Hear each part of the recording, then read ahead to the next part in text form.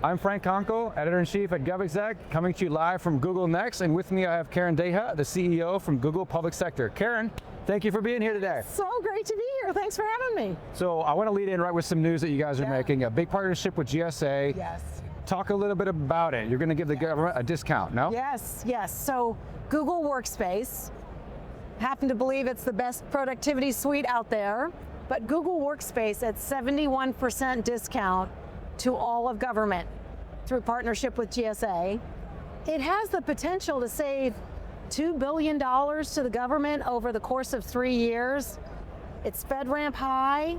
We've got Gemini operating in it as a productivity enhancer. We've got the Gemini app also at FedRAMP High. I mean, it's exactly the way it should be. Emerging technology, best of breed, available to government at a significant discount. So available to all agencies. How does a deal like this come to fruition? Give me some background. Yeah, I mean, look, I think we recognize that we need to go to the government and say, look, we think we have a better product here. In fact, we know it's better in a lot of ways. It's more secure, more compelling. There's no reason to have to sacrifice security for price. We can bring it all to you at one time. And so in talking to GSA and talking to DOGE, who is super interested in efficiencies and cost savings, we're like, this makes sense on both sides of the coin. It makes sense for government. It makes sense for Google to get a foothold with this great technology. So that's how it came to be. So we got a few months where government agencies and potential customers could take advantage of this. What do you expect might happen in the next few months? Do you think we're going to have some new customers in the Google sphere? I do. I feel confident that we're going to be able to bring this to customers in a way that says, look, we're reducing the risk for you. We're bringing this to you. We're going to allow transition costs to be very minimal. We're going to help you transition. We're going to help with the change management. I think people already understand that this technology is unique. So when you make it available to them at this kind of discount, I think we'll have agencies that really want to pick up on it. And I think it also dovetails a bit with the new administration's priorities. I feel like during an administration change, you get a bit of a clean slate. You have new people coming in, and they have new ideas about how they want to advance government. Talk about how Google aligns with this new administration, especially along the lines of efficiency, effectiveness, ease of use, that sort of thing. Well, I will tell you, I don't know how many, I would be belying my age if I said how many administration changes I have been through. Many.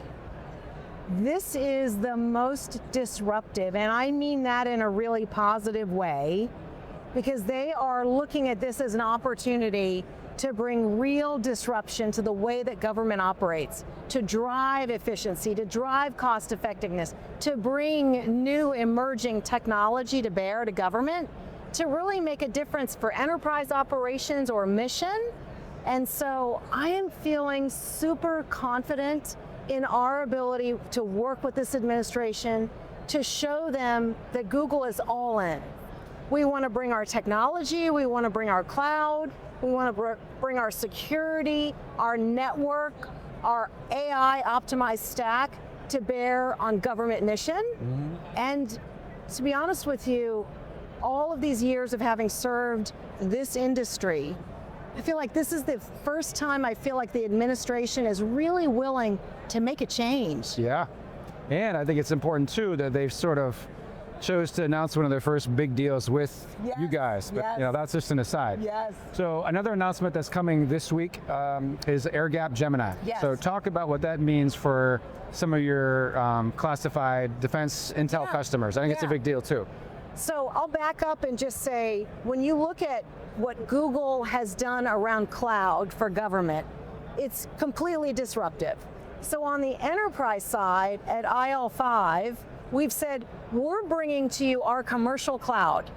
We're software defining a region for the government to operate in, but it brings all of the innovation of commercial cloud.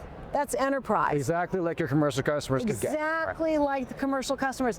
I mean, I will tell you, I have long believed the government deserves the exact same technology that the private sector has. And we've come through on that promise. It is commercial grade technology. Now you take that all the way to the edge. You mentioned GDC, Google Distributed Cloud. That is commercial cloud but disconnected and able to operate in those edge operational capabilities. So we're bringing top secret Gemini to bear on edge operations. That doesn't exist in any other hyperscaler or CSP today. Now, just explain for some of our non-classified users what that might allow them to do. They will have the capability to do some really crucial stuff in some dangerous areas, right? Talk about what that will look like or could look like. I'll use something that's not so dangerous. Think about supply chain as an example. Most supply chain capabilities are focused on the enterprise. But when you're working at the edge, you need to know how many different types of equipment you have at the edge. And you can now run in a disconnected environment an entire supply chain operation that's not dependent on enterprise information. You can run it at the edge. You can track manpower and workforce kinds of requirements at the edge. And of course, then in an operational environment, whether that operational environment is during a contentious time or not, you have the ability for compute power and analytic power that we know that our warfighters need at the edge, and they now have that. It's getting just a little closer each step in getting what you could do on the commercial end for the most important missions in the government. We're so proud of this idea to bring commercial cloud from enterprise to the edge, and it's the same technology, same stack. We talked about workspace news, but now agent space is also something I really want to talk about this. So I think we got FedRAMP High, which means more of our sensitive unclassified information can be used there. But just step back and talk about agent space as a tool and how government customers may be able to make use of it. Yeah. Well, it's new, it's very new. It is very new. We didn't talk about it last year here. We didn't talk about it. And if you look at how fast AI has transformed all industries, it's been record pace. And we are still in our infancy. I mean, we're still very early days. Agent space is the ability for government to use AI agents to go out and do across the internet, across the cloud platform, to do the kinds of enterprise operations that were historically done by people in lower value jobs that just needed to be there to execute the work. Right. Let me give you an example.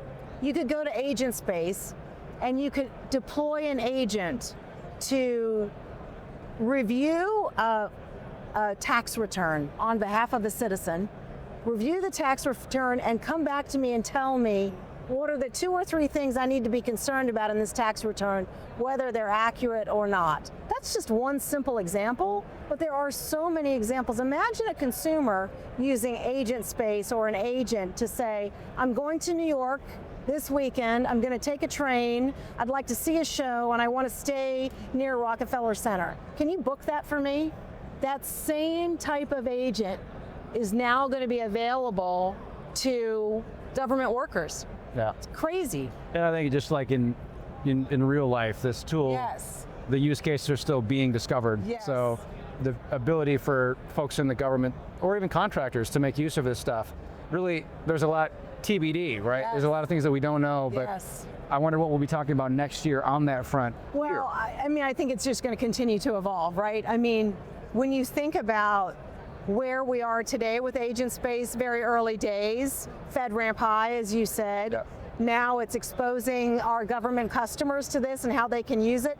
They're going to be incredibly creative about what they do with it, and I can't wait to see what we do. It kind of gets us to this agentic AI era that we're in, all right? So like, go to a lot of these conferences, I've heard that in several panels already discussed. I don't think I heard it maybe a handful of times last year. Yeah. Get us, talk about the era that we're in. I mean, it kind of segues really well with the new administration. Yes. New priorities and new uses of technology ushering into government. Yes, I mean, this is what this administration really is all about, right? It's using the technology that is born in America. We are in this new era of innovation, and all all of these companies that provide AI and agentic type capabilities are American born. And so it makes perfect sense that this government, this administration would say, let's put it to good use. Now, when you think about the missions of government, whether it's for citizen services, whether it's for the defense of this country, whether it's for intelligence analysis, all of these agents will be trained to be able to support and maybe even execute those missions with minimal impact from a human. I mean, that's just even hard to fathom, but I bet we're talking about that next year. That we might well be. Yeah.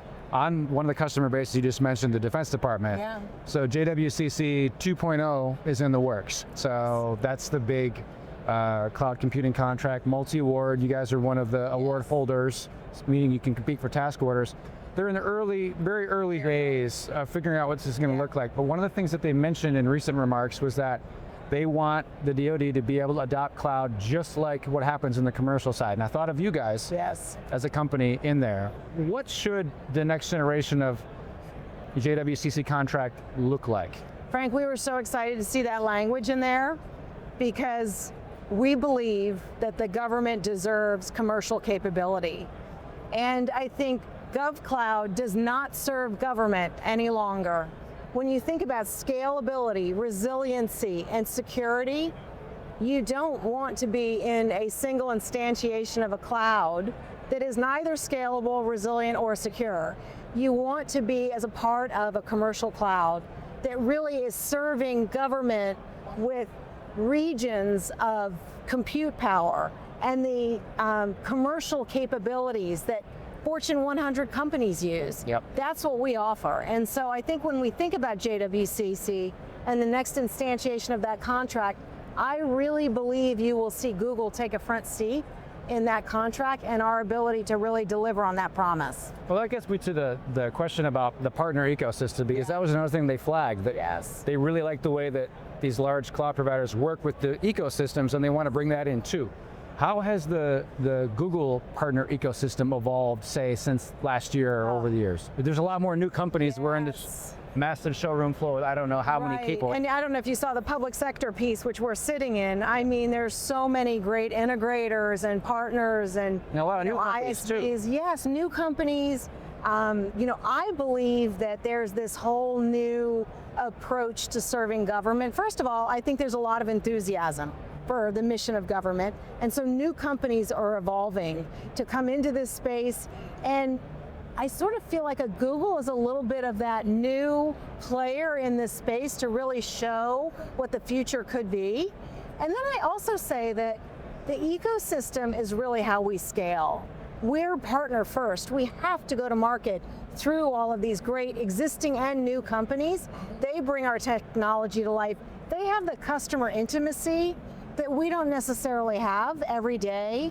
We are doubling the size of our federal sales team this year because we have such optimism and confidence in our ability to scale, but it's still a fraction of what we could do by using all of these guys. Yeah, I want to conclude sort of on a future question for you, and it's what I would call a softball, but next year, so this year it's agentic. What are we going to talk about next year? What is going to be the next thing, or do we even know what it is yet? Well, I mean, I think we're going to be talking about quantum for sure. That's just around the corner. And that's something quantum. You guys also dabble in. We're the leader in quantum right now. The new chip that we've developed that it executes at a much faster rate than anything ever in human history. So I think that we'll be talking about quantum. We'll of course still be talking about AI, but I think we'll be talking about the next generation of AI, which is where agents now are deployed, and it's human agent integration and human agent teaming rather than sort of just sending an agent out, which is what we're talking about now. Agents working together. It's going to be amazing, and I think it's only our imagination that limits us. It does feel like we are at an inflection point. Yeah. And a lot of things are happening. You guys are at the forefront of it. Yes. Karen Dahut, thank you so much for being here. Google Sector CEO. So good to see you. See you next year. All right.